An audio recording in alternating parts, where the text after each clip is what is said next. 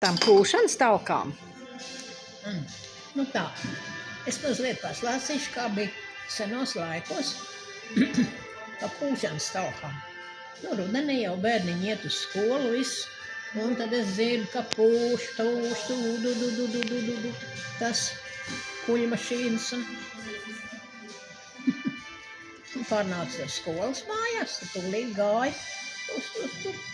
Un pie vietējām mājām tur bija tāda Kiršteina, tad bija Šneidera, tad bērni Kur tas gāja. bija? Tas bija Vērgalē, ja? Jā, tas pa Vērgali, jā. Nu, un kā Vērgalē kūšanas talka beidzās, vispār, kad tā kūšanas talka notika, bija arī starpbrīdis atpūtās. Un tad tie puiši gāz tās meitas iekšā, tas savam kaudzēs. Tur viena tāda polena bija, un jauna, es vēl atceros. Un tev bija cik gadi? Tev bija 8, ja? Iebāž te tas salmos iekšā, un viņi sauc, neķepi mizļinkas.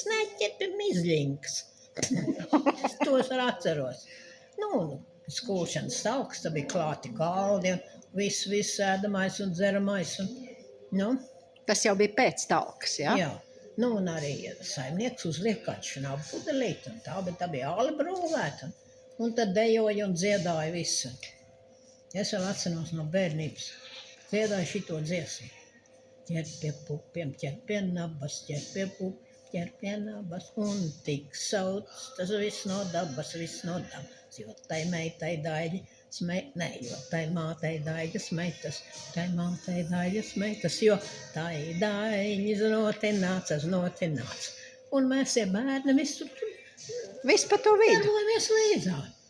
Nu, Vienīgi tad tā bija, kad vajadzēja, tur mēs bērni gan nepiedalījās. Piemēram, vien izlozēja, vien ieslēdz istabā, aizstājas durvis, nu, un tad viņam izvēla, ka vien vai jauna meitene, vai jauns puisis, un tad tie abi divi runā, durvis ir ciet. Citreiz gadās iekšā vecs vīrs, un pie durvīm jauna meitene. Nu, tādas runas un darīšanas. Tas bija tā kā pēc izlozes, Nu, ja? jā, pēc izlozes. Un ko viņi tur dara par to, neviens neko nezina. Pamierastība runā, tur meitene kaut ko prasa un vecais tur visādi. Un mazie bērni visu to smuku redz. Jā, bet nekur neviens, tad bezkaunīgas var teikt, nekur tā nerunāja, nekas nebija.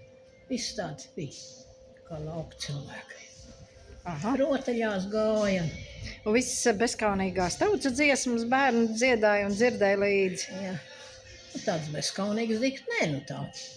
Nu, tāds, kā tu nodziedāji. Jā. Bija 12 gadi, tad viņi atcerās tādu nerāt no tautas dziesmu. 51. gadā vai varbūt 40.